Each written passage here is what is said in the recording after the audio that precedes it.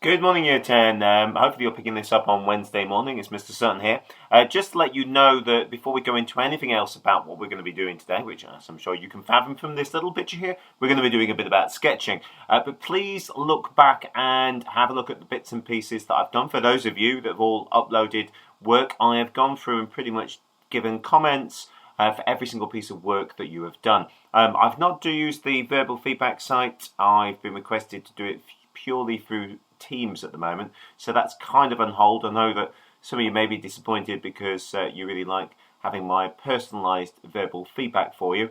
I will have a look at reintroducing that soon, but for the meantime, just have a look at those comments and bits and pieces. But I have to say I was impressed on the whole with the quality of the work. The theory and also the drawing has been very good indeed.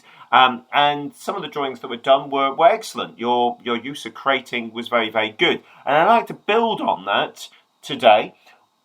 Don't forget we don't have a lesson on Friday because it's a bank holiday, which is nice and special. VE Day for those people that are going to be celebrating that one. I hope I'm going to be in the front garden, I think is the idea for most people for VE Day. But what we're having a concentration on today is to have a look at your sketching abilities. Now, if you have a look generally on Google and have a look at different product design sketches, this is the type of thing that you're going to see. And many of you are probably aware of this, and probably quite a few of you are rather intimidated by these kinds of sketches. Don't forget, these are done by students, semi-professionals, professionals. This is sort of higher end stuff, the type of thing I would be expecting to see within A-level. You're in Year 10, so you've got a good couple of years before that.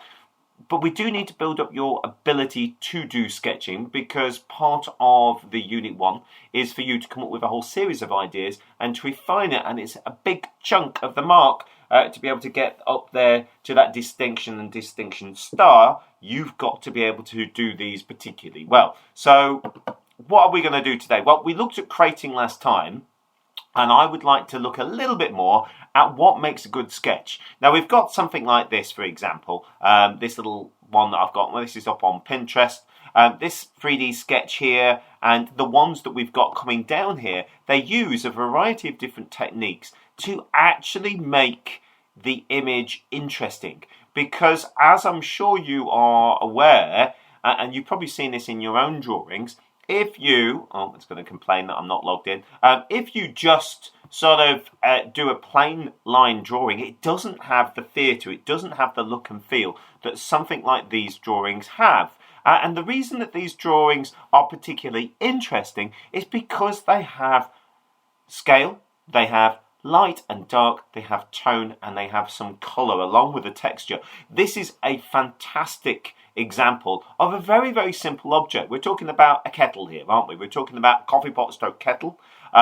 It's a very good, what I would call fancy drawing. And I've done many of these types of things myself. You can see you've got these lovely wooden segments that are obviously placed upon what looks to be a shiny stainless steel, and then maybe something that maybe sort of ABS plastic on the top and on the bottom as well.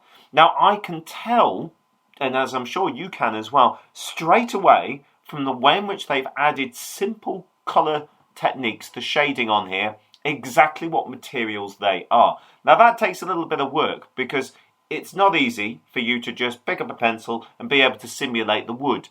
There are different techniques, and I'm wanting us to build on our repertoire of being able to do these simple sort of techniques of adding colour, pencil, crayon and tone to help bring bits and pieces out. And it is something that you can do. It's not hard. Some of you struggle with your 3D elements, but don't forget that things like this, the orthographic views, side, back, front, are perfectly fine. What they will be looking for within your designs is a few sketches, and then we're going to be looking at these orthographic views with this kind of, and what I would call semi-isometric projection, and you should know what that means, that kind of three-dimensional projection of what the object is to clarify your designs. Because a front and a side are perfectly fine, and some of you are very, very good at doing that type of thing. Now, you know that the crating techniques, and I've spoken to some of you went for quite simplistic objects. I'm not going to name, but the two people did Rubik's Cubes, which they're cubes, guys. You know, it's not really pushing you. We want to see you trying to push yourself to try to come up with something which is more curves involved. And this is a lovely example because what it's actually doing is it's showing how you build up the drawing. So you can see that you're starting off with very, very simple shapes, and you're starting off with these ellipses that build up the form, taking the outline and then building that one step by step, adding the detail, adding these little bits at the top, continuing to go through, and then finally adding a little bit of colour. And it's only a small amount of colour. This one is actually using a felt tip, but I would recommend that you would use pencil crayons just purely because it tends to be a little bit easier. Here's another example, a lovely cutaway view, for example, on here. I mean, look at that. Great. Sense of tone, sense of style, and these arrows as well. Arrows are fantastic little things to explain how things move, and they add theatre to your drawings. So we can see here, it's basically saying that goes in and out. So the squeezy bit to clamp down on your cup. This is obviously a cup holder, and the fact that it comes in and locks into these bits, you can see it's going down onto there and locking in by turning around. And I can figure out how that actually works just by looking at those really nice red arrows. And the colour's been picked not only because it jumps out from the page, but it's a good contrast against the green. So if you had a red object, you would go for something different to give it that sort of contrast, that theatre. Here's another example. We've got a beautiful, lovely sort of device here. Obviously well, not actually, maybe even a device. It might just be a holder for mobile phones or whatever these things are. It doesn't matter. It's a great drawing. And you can see, look, these lovely, chunky, three-dimensional arrows which have been rendered as well. And they give, again, theatre and explanation. Look at this, where it goes, this lovely loop. Now, trying to get an idea and build up on these and trying to come up with this type of sketch is tricky. And I know that one. I want us to start a little bit back because you did some really good designs. Your assignments that you brought in were really, really nice for that last one last week. I'd like you really to have a look at this particular video. I will link to it in the description. It is a really nice one because what it does is it goes through how to build up a very simple object, and it uses the crating technique. The guy that does this one, you can see he's got that standard crating device, similar sort of isometric, semi-isometric, freehand crating style. He creates inside it a kind of chair, I would say, or an object which has got multi-planes. So you can see, if I just take it back one more step, between frames there, you can see this kind of shape that he's done. Now it folds back on itself, it doesn't have any particular thickness, and he's using a biro. He's not using any fancy pen, so it's a piece of white paper, it's a biro pen, and it's a pencil itself. Those are the three bits of kit that you're going to need for this particular video, for this particular exercise. Now, I don't mind what you draw. I'm not going to put any stipulation on this at all. What I will say is I need it to have multi-faces. For those people that did the Rubik's Cubes and things like that, you've got to push yourself a little bit, but it doesn't need to be completely organic. Be in your comfort zone. This particular exercise, what we're looking at is this, tone. And you see here, and as we will discuss in the video, he does it in a particular direction. He's using these lines that don't go in the same direction as the edge of the object. So it doesn't go parallel to any of these sides. It goes at approximately 45 degrees. And say approximately because it's a freehand drawing. He carries on doing that one as well. And comes through this. And carries on putting these. So you can see these lines are coming in. They are generally in the same sort of direction. But he's then going to be doing this bit just here, which is in shadow. And this is where we start to get a sense of it. But look how he's taken black lines. Notice he's used thicker lines in some places just to give it a sense of weight, a sense of theatre, a sense of form. And he starts to build these ones up. He starts putting a little bit, well, not harder, but they're closer together. The lines are close together, therefore the tone is darker. You'll see it in the video. He will hopefully be able to bring these ones up, and will carry on going. And you see he cross-hatches this one. So he does it in 2 directions. So you've got this and this plane are similar. This is darker and this is darker. You could copy his one if you wish, as long as you can get the tone, it's the feel, the confidence that we want to build up. Now what he does is he turns the piece of paper around, he carries on building these ones up.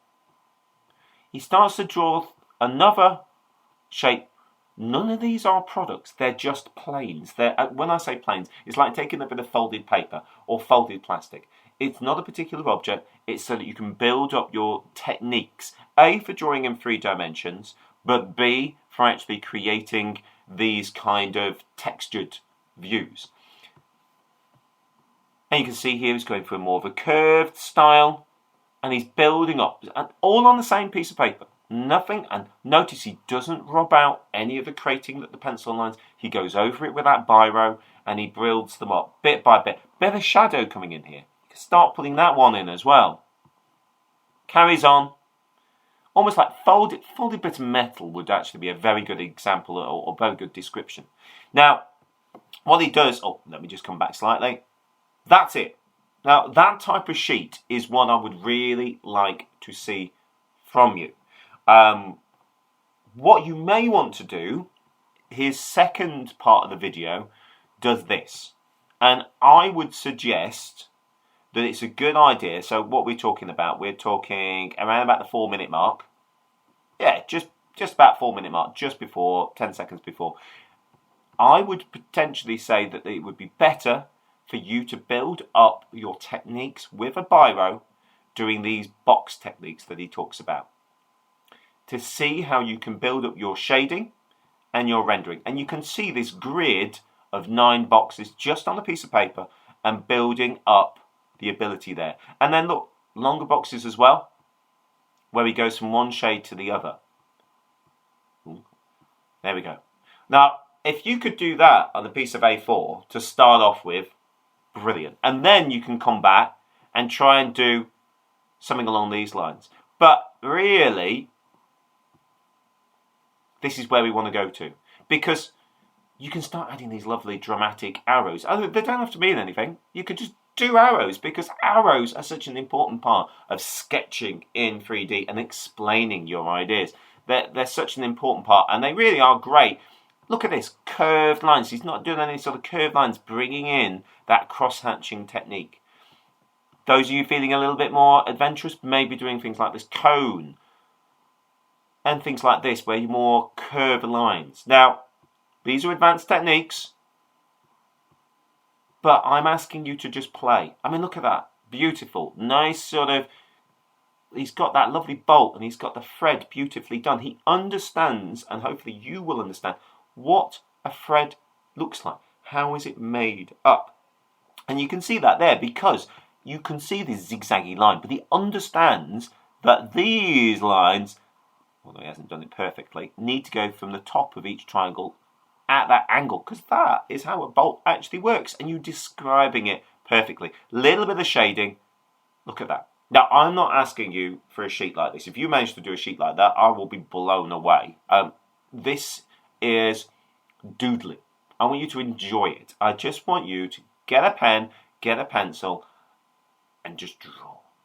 I think just trying to come up with a sheet that's like this, trying to do that technique where you've got all of those boxes, and he just says, like that, and then trying to get something that is, going up towards this end, and what he's actually done here would be fantastic. Now, that is the activity I want. It's purely you building your techniques. I want to see how you've done.